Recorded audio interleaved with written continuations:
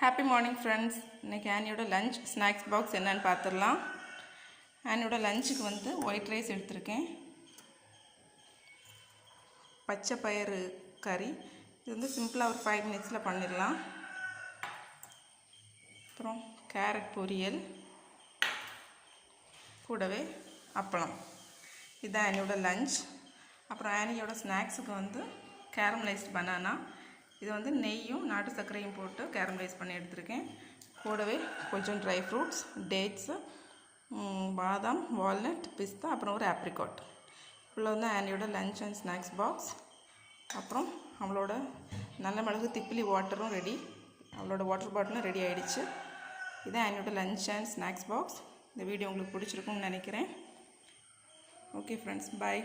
Subscribe to my channel. Thank you.